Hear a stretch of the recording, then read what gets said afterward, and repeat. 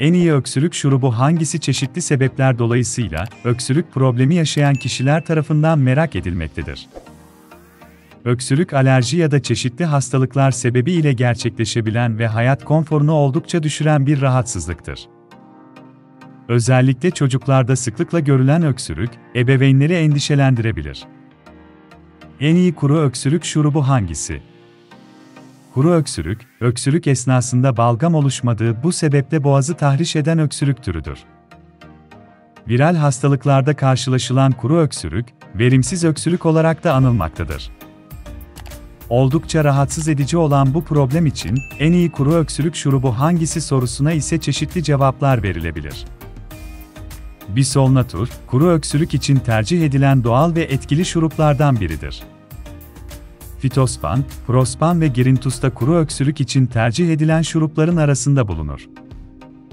Ancak şurup kullanımının bilinçsiz şekilde gerçekleşmesi daha büyük problemlere neden olabilir. Sizin için uygun şurubu bulmak için doktorunuza danışmalısınız. Reçetesiz öksürük şurubu. Bu pek çok kişi, öksürük sebebiyle problem yaşasa da, bu durum için doktora gitmek istemez. Bu gibi durumlarda hastalar reçetesiz öksürük şurubu hakkında bilgi edinmek ister. Reçetesiz ilaçlar, doktor ile görüşmeden ve doktorun onayı olmadan da, eczaneden satın alabileceğiniz ilaçlardır. Bisolnatur ve Prospan gibi bitkisel içerikli ilaçlar eczaneden reçetesiz şekilde satın alınabilir. Aferin öksürük şurubu. Aferin öksürük şurubu uzun yıllardır öksürük ve soğuk algınlığı için en sık tercih edilen şurupların arasında gelmektedir. Parastemol ve klorfeniramin içerikli bir şurup olan Aferin, reçeteli şekilde eczanelerde satılmaktadır. Dolayısıyla bu ilacı kullanmak için doktor muayenesinden geçmek gerekir. Bricanil öksürük şurubu renksiz ve berrak bir görüntüye sahip olan Bricanil öksürük şurubu solunum yolunu genişleterek nefes almayı kolaylaştırır ve öksürük probleminin ortadan kalkmasını sağlar. 6 yaşından büyük bireylerin kullanımına uygundur.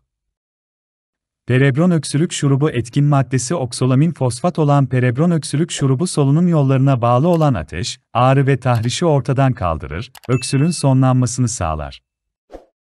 Öksürüğü sebebiyle birlikte tedavi ediyor olması, bu şurubun sıklıkla tercih edilmesini sağlar. Prospan öksürük şurubu. Prospan öksürük şurubu öksürük ve akut solunum enflamasyonu hastalıkların tedavisine yardımcı olmak amacı ile kullanılır. Kullanım miktarının değişikliği ile 1 yaşından küçük çocuklarda bile kullanılabilir. Reçetesiz öksürük şurubu fiyatı. Reçetesiz öksürük şurubu fiyatı çeşitli sebepler dolayısıyla öksürük yaşayan kişiler tarafından merak edilmektedir. Reçetesiz öksürük şurupları arasında bulunan Bisolnatur ve Prospan gibi şurupların fiyatları 100 Türk Lirası ile 200 Türk Lirası arasında değişiklik göstermektedir.